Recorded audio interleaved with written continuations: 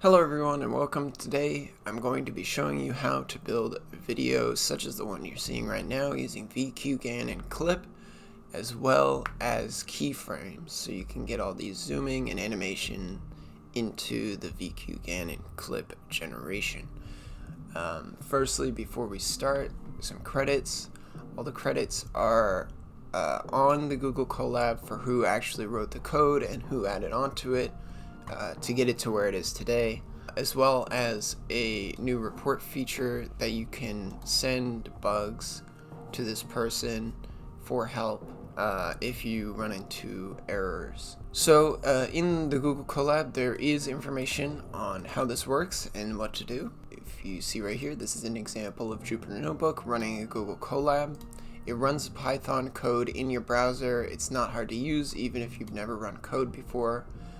In the menu bar, click Runtime, change runtime type, and ensure that hardware accelerator says GPU. If not, choose GPU from the drop-down menu and click Save.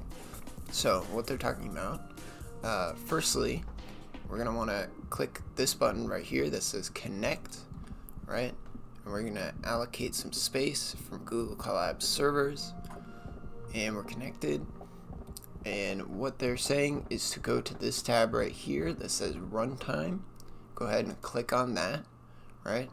And then you want to go down to change runtime type, click on that, and make sure this says GPU. You don't want it on TPU or none. You want it on GPU, otherwise it won't really work.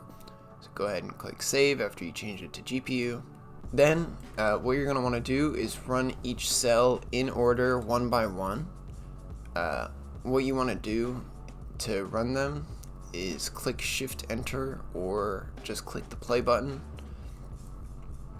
I would recommend not doing run all from runtime, run all, because it's important that you do it one at a time and just make sure that everything is completed and you know what you're doing next, because some stuff you may or may not want to run in the future.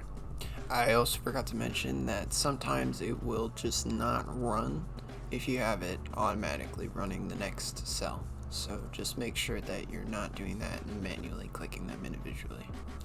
So to get started, first we need somewhere for the Google Colab to put all its images and use as like a disk drive basically. I used to just run it on just Google Colab so that I could save it to my computer at the end, and then I wouldn't have any unnecessary files. However, while I've been rendering it, there have been issues sometimes where I've wanted to save the frames, and if I put it on my Google Drive, it saves every single frame, as well as upscaled frames, into a folder in your Google Drive, just labeled steps. So to do that, it's very simple. All you have to do is click this right here, or alternatively, to link your Google Drive, you can click this little folder on the left here, and then go up here to where it says Mount Drive, this little folder with the drive icon on it. Click on that, and it'll open this code right here, right, this little cell block, and as you can see, it's the same thing without working directory. So you're going to want this.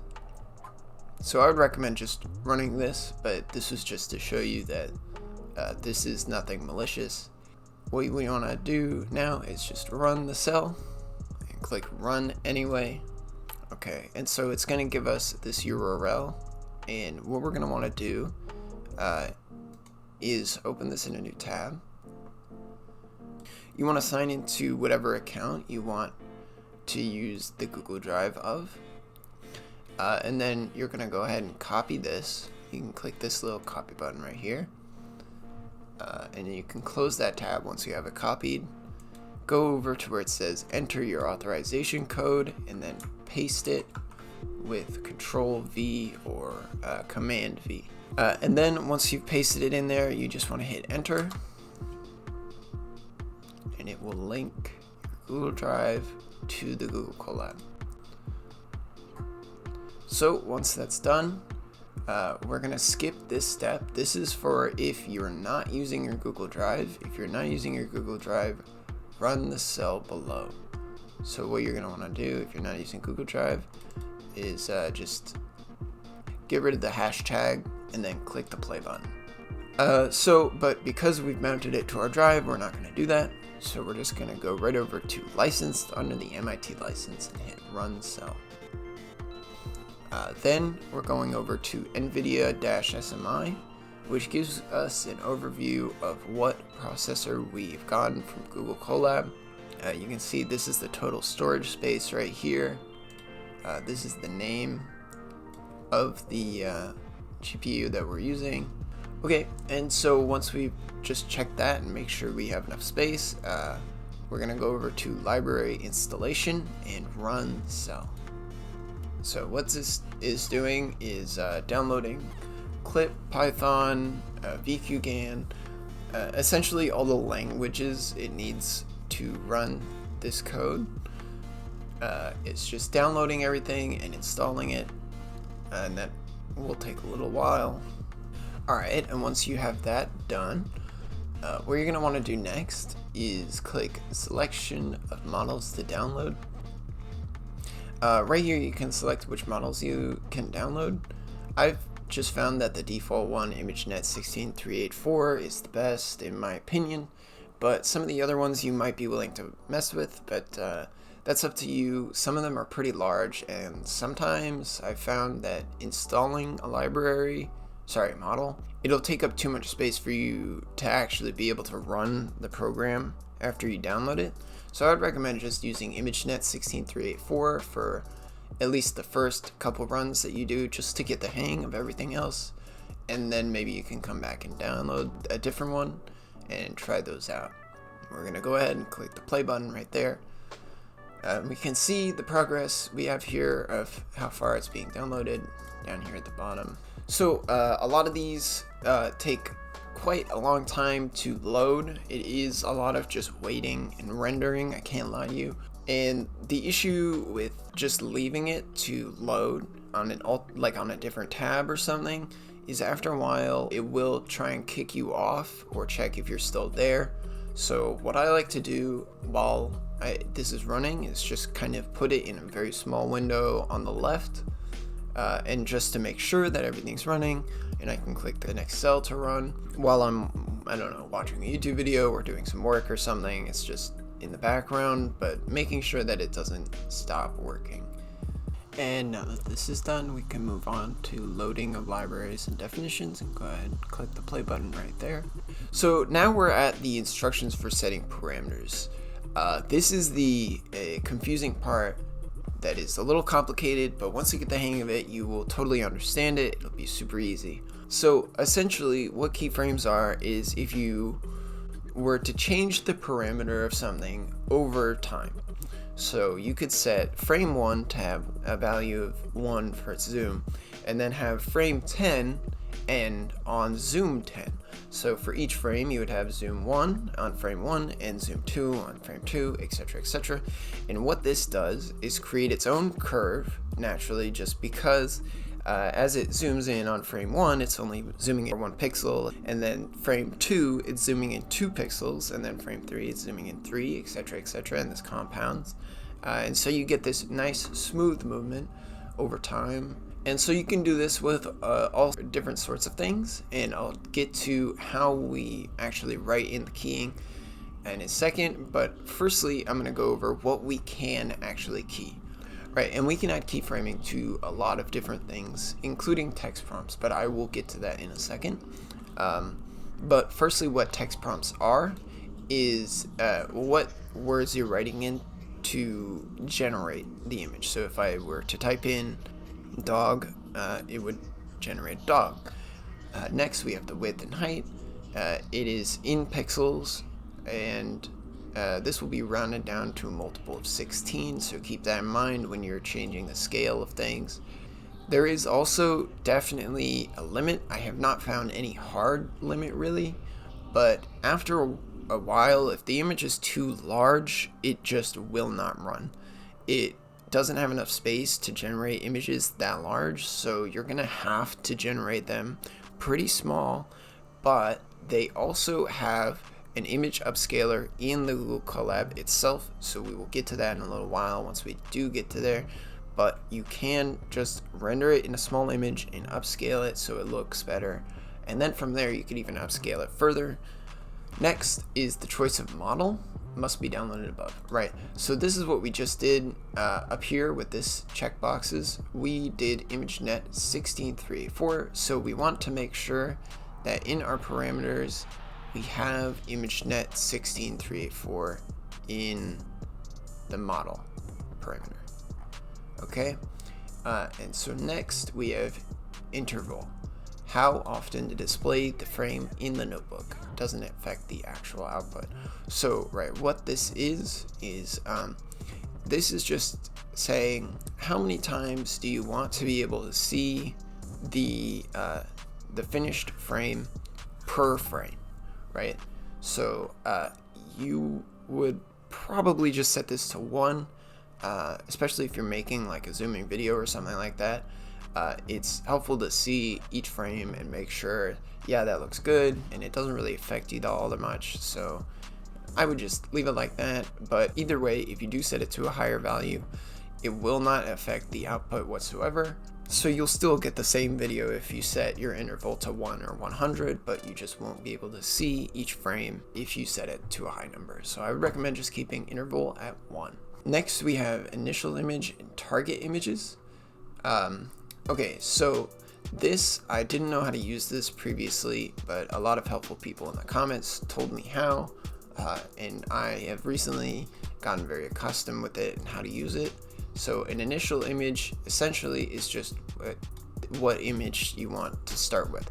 And again, this does, this actually negates the height and width.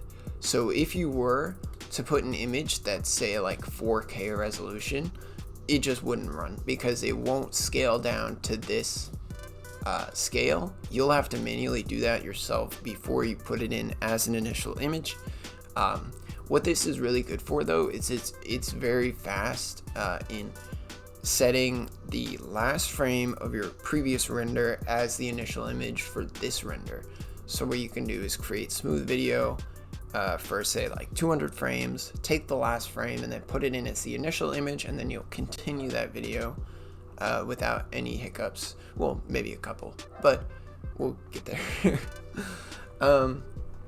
Target images, right? So this is what you would want it to kind of go for, right? I haven't messed with this enough really to say for certain, but the way I'm pretty sure it works is it just takes the image that you're giving it as the target image and tries to replicate it in some way, but I don't think it'll do it to a T perfectly after X number of frames or anything like that, but it will try.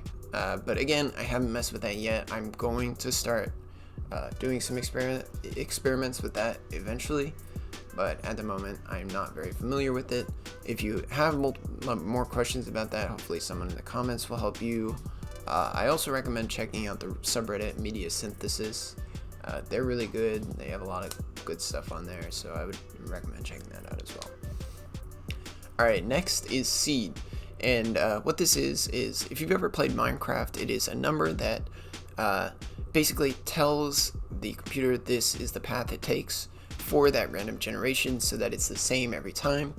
If you were to have the exact same sort of path the image generation takes every time, it's going to be different from if it was random, obviously, but if you were to put that exact same number in a different rendering, it should take the same path.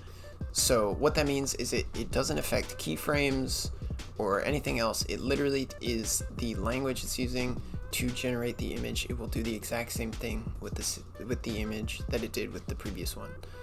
I just recommend keeping this at -1 so that a random seed is used every time, unless you're doing something specific where you want the same path or you're trying to recreate a rendering or something like that. Moving on, we have max frames, which is the number of frames for the animation. So usually I would keep this at like 100 to 200 depending on your iterations per frame, which we'll get to in a second. We can talk more about what numbers I recommend for these in a little bit. But usually I would recommend around 100 to 200 iterations per frame, and then leaving this at around 10 iterations per frame. And so what iterations per frame is how many times VQGAN and clip will affect each frame. It will use VQGAN and clip on the image 10 times before it uses any of these other things like angle, zoom, translation. And then at the end, the max number of frames, it will stop at that number of frames, not iterations. Okay, so 10 iterations per frame, and then at the end of 200 frames, which would be about 2,000 iterations, it will stop. Next, we have angle, which is the angle in degrees to rotate clockwise between each frame. So you could set this to 1, 2, and then it'll rotate 2 degrees. You can set it a large number of degrees and it'll rotate very fast. This is pretty self-explanatory, I'd say. Next is zoom. This one, this is the confusing one because factor to zoom each frame, 1 is no zoom, less than 1 is zoom out, and more than 1 is zoom in. What this is saying is the scale of the zoom is within 0 to 2 essentially, but 1 is no zoom. I would recommend 2 decimal places is a pretty good, subtle, nice, slow zoom. So if you have 1.02, you would zoom in a slight amount each frame, and I think it looks pretty nice. If you were to zoom in 1.2, that is 10 times as much, and it's going to zoom in a lot. And an issue a lot of people have with this is once you zoom in too fast, the iterations per frame can't keep up, and so it will eventually just turn it into a blank image, and you don't want that for your rendering because then you wouldn't have your rendering. So I like to keep it on a smaller number so that that way the zoom is smooth and you have all those iterations to keep the image interesting as it zooms. So we'll go more in depth in that later. Alright, next we have translation. This translates on a plane X and Y, so we have left and right and up and down.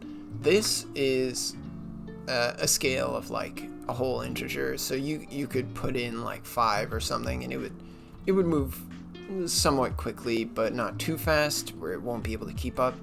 This is in pixels too, so you're gonna have to probably think about it in terms of your height and width, how much of the frame is actually being deleted and re-rendered per frame. So you just be careful with that as to not come into the exact same problem with the zoom where you zoom too much or you translate way too fast and you won't be able to catch up with the iterations per frame. Okay, so next, iteration per frame. We've already gone over this, but this is how many times it runs VQGAN and clip per frame. It takes a frame and it iterates it for this number of times, the iteration per frame, and then it will translate and angle and zoom, and then it will iterate again using that previous image. Okay, and so save all iterations is really just for debugging, set false in normal operation, right? So you don't really need this. You don't need to save each iteration. It'll take up 10 times as much space in your Google Drive, or if you set the path directory to Google Colab, it will take up more space in Google Colab. So really you just want to leave this as false. Right, okay, so this right here is a bunch of information about how everything works. Firstly, we have transformation, and this says on each frame the network restarts, is fed a version of the output zoomed in by zoom as the initial image, rotated clockwise by angle degrees, translated horizontally by translation X in pixels, and then vertically by translation Y pixels. Then it runs iterations per frame iterations of the VQGAN+CLIP method. Okay, and so what this is saying essentially is it'll take the previous image, zoom it, change its angle, translate it, and then it runs the iterations set to how many iterations per frame you have, and then it will repeat that process with the next frame that it has outputted. Alright, and so what it's saying here is, so you can set it to a very low number such as 0 or 1, just so you can have just like a very small file size for if you're testing out your keying, just so you don't waste time and then realize, oh fuck, I keyed it the wrong way, that I didn't want it to do it, you know. And so this is just if you want to test out the keying first without actually rendering everything out. Usually you would keep this around 1, and sometimes I've set it to 20, but really it doesn't make too much of a difference, I've noticed. Just as long as your zoom and translation and rotation are not too drastic, 10 iterations per frame is more than enough to keep it your translations and everything like that, just so it keeps it running and looking good as it renders. Mainly what you'll have to modify will be text prompts. There you can place the prompts that you will generate separated with this, the vertical line. It is a list because you can put more than one text, so the AI tries to mix the images, giving the same priority to both texts. Right, okay, and you can also assign weights to bias the priority towards one prompt or another, or negative weights to remove an element, for example, a color. This is a good example of a text prompt right here. So if we look at this, we have each text prompt right here is rubber and rainbow, and then they're separated by this vertical line right here saying that these are 2 different prompts that we want to use. And then after each prompt, we have a colon and then a value for the weight that we want the text prompt to have. So in this example, the weight for each of these is 0.5. So the weights for both of these are exactly the same, and they share the same weight up to 1. This would mean that they have equal weight. Both of them would render and mix perfectly according to the VQGAN+CLIP. This is just some stuff we went over, talking about the initial image and target images. You can, I didn't mention this in my last video, but you can go into files and upload a file that you want to use by clicking this button right here, and then it'll open a window with all your computer files, and you can load an image in. But like I said previously, this does not use the width and height from the actual value that you put. It is entirely dependent on your initial image if that's what you're using. So again, be careful with that. And so next is target images, which is basically putting 1 or more images on it that the AI will take as a target, fulfilling the same function as putting text on it. To put more than 1, you have to use the vertical line as a separator. What this is saying essentially is it's not going to be using the target image as the final image, and it will not end perfectly on the target image. What it will actually be doing is taking it like a text prompt essentially and trying to generate it based from the initial image. So it won't create a perfect rendering of your target image, but it will try and use it as a prompt. Moving on. Alright, and finally we have keyframes. This is where it can get a little bit confusing, but once you get the hang of it, it's super easy. So if keyframes is set to true, which I very much recommend that you do set it to true, you're able to change the parameters over the course of the run. So to do this, put the parameters in the following format. Right, okay, so this is the format it's asking for. Essentially, what this is saying, right, is you have your first number, which is what frame you want it to start the action on. Then you have a colon, then parentheses, and in those parentheses you put the value that you want it at. for whatever thing it might be. This can work for zoom, rotation, etc. Then after you have your number, colon, in parentheses, your value, then you want a comma, space, and then your next keyframe. This is where you want it to end. So this is saying that from the 10th frame, it will start at 0.5, and then by the 20th frame, it should end on 1.0. Then on the 35th frame, it'll end on -1. So you can also use keyframes for text prompts. So what you would do is the same way. You would put in which frame that you want it to start at, colon, parentheses, and in the parentheses you have your prompt, colon, the weight, separated by the vertical line, space, and then your next prompt and that one's weight.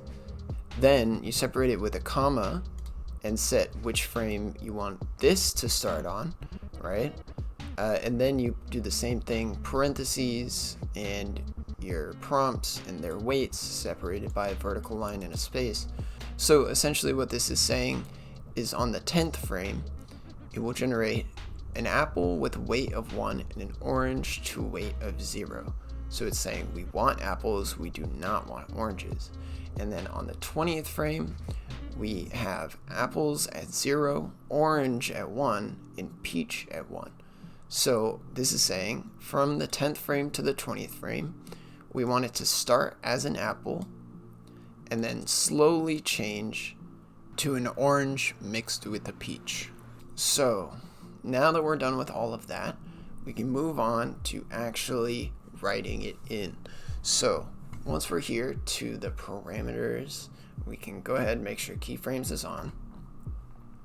Make sure you know the width and height that you want to generate your initial image, or sorry, your first image, and set the seed to -1. Then, depending on how long you want to render for, change the max frames to whichever one you want. I have been able to run it to 200 max frames about, and sometimes a little bit more with just a single runtime.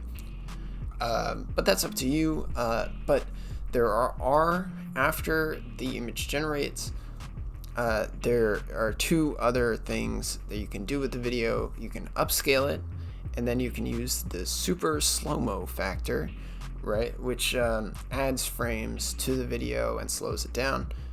And of course the upscaler just takes the image and makes it larger, and using AI it connects all the pixels and stuff to make it look a lot sharper. And I think it works at about 2 times the scale, so it will upscale it by 2 times your video. Right, so for text prompts, I want the iteration to start at frame 0, and I want it to start with nighttime, city, street, corner. And then at a weight of 0, we have daytime, city, street, corner. Right. So we have nighttime, city, street, corner as a weight of 1 from the 0 frame, and daytime, city, street, corner as a weight of 0. So we're not going to have daytime, city, street, corner. We are going to have nighttime, city, street, corner. Then by the 30th frame, I want nighttime, city, street, corner to have a weight of 0, and daytime, city, street, corner to have a weight of 1. And then we don't want peaches, so I'm just going to get rid of this. But again, we have the frame it starts at, the prompt in parentheses, the weight, separate the other prompt with a vertical line, the second prompt and its weight, close parentheses, comma, the frame we want it to end the keyframing at. Then we have our prompt, change the weight, separated by a vertical line, prompt and the other weight we want. So this is saying 0 frame, changing it from night to day over 30 frames. Right, and so our width and depth, I'm going to just keep it at 400 by 400, that's fine. Model, we're using 16384 interval. I want to see every frame as it renders. To put an initial image in, we go over here, right? Open up your folder, then go into your Google Drive or select whichever image you want that you have implemented into your thing. I'm just going to go into my drive real quick, and I'm going to pull out just a random frame just to give you an idea. So what we're going to want to do is, so this is some iterations from one of my previous renders. So we're going to go on down here. This is my final frame. So that you would use this if you're doing a continuous video.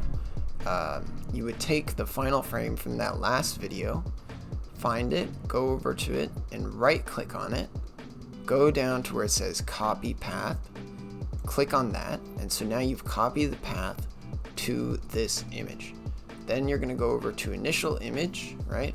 Click Control V for paste, or Command V if you're on a Mac, and you'll paste in the path it needs to take to get to this image. And so it's going to take that path, find that image, and it'll say, okay, this is what I'm starting with. For us, we're not going to do that because that's not what we're doing right now. So I'm just going to go ahead and delete this. But if that's what you were to do, you would do this the same way for the initial image or the target image. You would just put in the path to the thing. And if you're doing multiple target images, you're just going to separate it with a vertical line like that, and then another path. Again, the seed -1, so we get a random one. We're only going to do 50 frames, so that is 50 frames of 10 iterations per frame. So we're going to get a total of about 500 iterations. Right, here comes the keyframing for angle, zoom, and translation. Alright, so here we're at the keying for angle, zoom, and translation.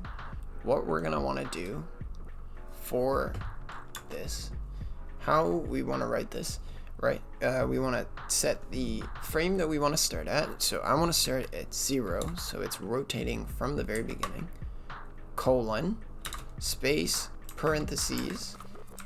In the parentheses, we want to put the value that we want it at, and I want it to rotate by 5, and then comma, space, then what frame we want it to end at. So I want it to end at the very last frame, colon, space, parentheses. In the parentheses, we put the value that we want it to end at. So I'm going to put 10. So it's going to start rotating by 5 degrees, and then at the end, it's going to be rotating by 10 degrees. So it'll go pretty fast, I think. Next, we have zoom. So we're going to write that the exact same way. Frame 0, I want it to be zooming in. And this is what I was talking about previously.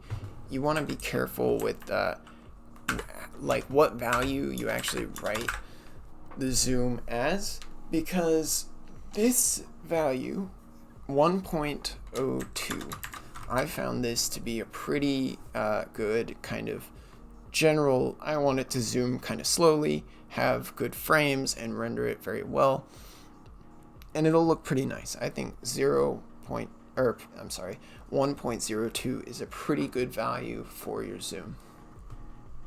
And if you want it to just stay at this value the entire time, all you have to do is just leave it like this. You have the frame starts at the value, and that's it. You don't need a comma or anything like that, or other frames to say I want it to go whatever. You can just leave it like that. For me, I want it to start zooming in more slowly by frame 20. So I'm going to set that. I'm going to do comma, right? The frame I want it to start at, colon, in parentheses, the zoom value I want it. So I'm going to set that to 1.05. So it'll start zooming in a little bit slower, or sorry, faster. So this is translation. We can move it left and right or up and down. So for this, it's the exact same thing. For this video that I'm generating, I don't really want it to translate, but if you were to have it translate, you would write it the exact same way as these. You do the frame you want it to start at, 0, and then your value, I don't want it to move, so 0. If you're keying it, comma, etc. You know, we've gone over this like 20 times already. I think you're probably a master by now. Right, okay, so iterations per frame, we went over this. I just want it to iterate 10 times per frame. And then saveable iterations, this is for bug fixing. You don't need to click this. This is just to get every single iteration per frame. You don't need to do this.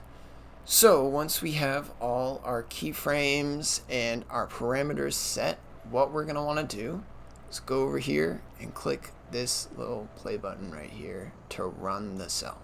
So it's going to run really quickly, and it has taken all these values in, and it knows what we want to do.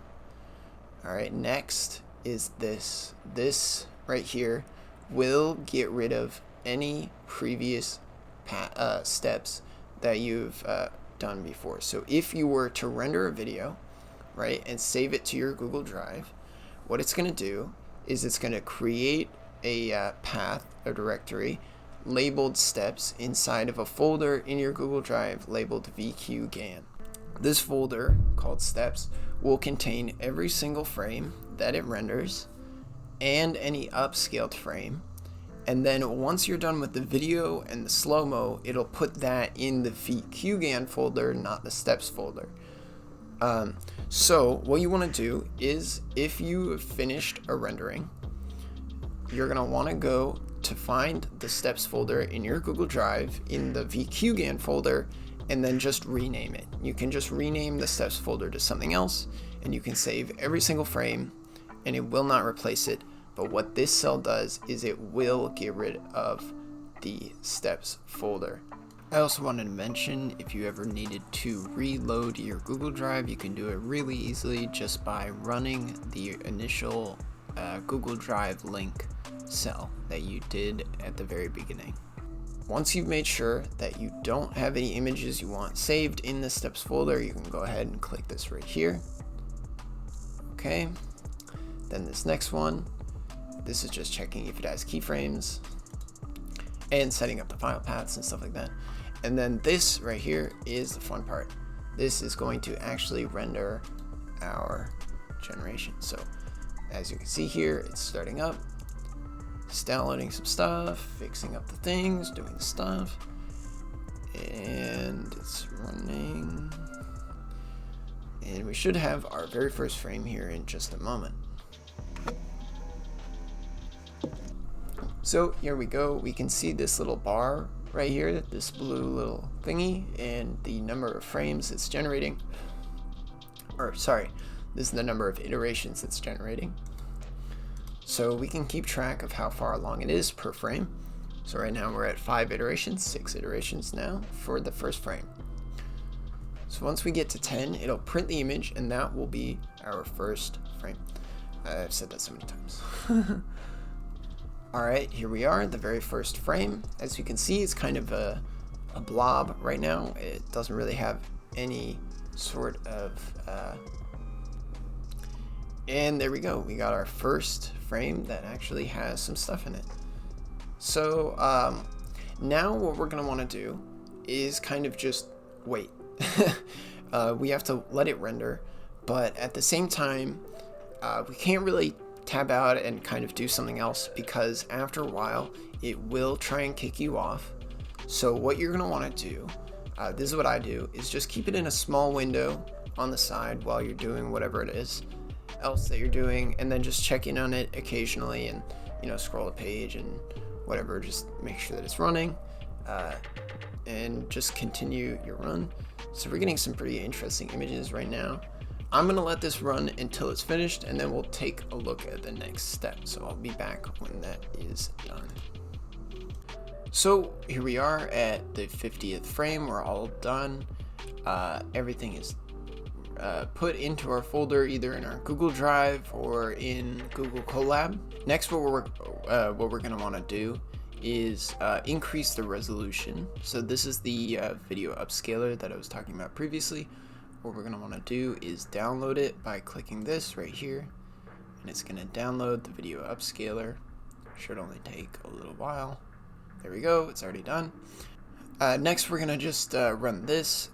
This you don't have to worry about because I will just set it to the last frame that you have, so it'll start from the first frame and end on 50, which is our last frame. So we're going to go ahead and run that. And you can see it's upscaling each frame, and it'll tell you that the frames are getting upscaled, and it goes pretty quick. So I'll get back to you when that is finished. Alright, we're all done upscaling all the frames. You should get a check mark there telling you that it's done. And then you're going to go over here to make a video with the results. Click create video. And this is going to take a little bit while it loads and just renders the video for us. And this will use the upscaled frames. Alright, we're done creating the video, and now we can see the video in the browser, or we can just download it. I'm just going to download it right here. And there it is, it's downloaded. So now we can go to Super Slo Mo for smoothing movement. Sometimes you won't have enough space to download and run this because it does take up a lot of space.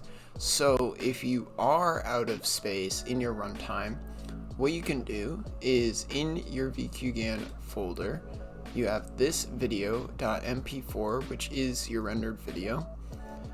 Just make sure that this is there and that you don't have any other videos that say Slo Mo on it. Just make sure they are removed. If you have already done Slo Mo videos in the past, just make sure they're removed before you start the run. So we're going to go ahead and try it with this runtime, see if we can download it. If not, I will just do that method real quick. Okay, so we've downloaded it and we're going to run it. Alright, and here we are. We finished the Super Slo Mo and it has worked, and I didn't need to start a new runtime, so that's pretty lucky and good. So we're just going to go ahead and download the video now. Alright, and now that that's done downloading, sometimes it will ask you if it'll allow you to download files. Just click allow. It is only going to download the MP4 of the results. So now I'm going to go and open these up and take a look at them.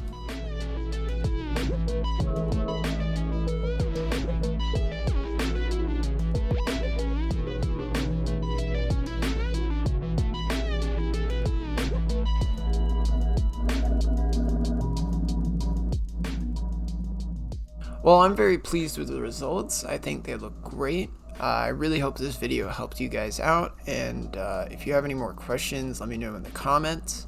I'll try and help you as best as I can.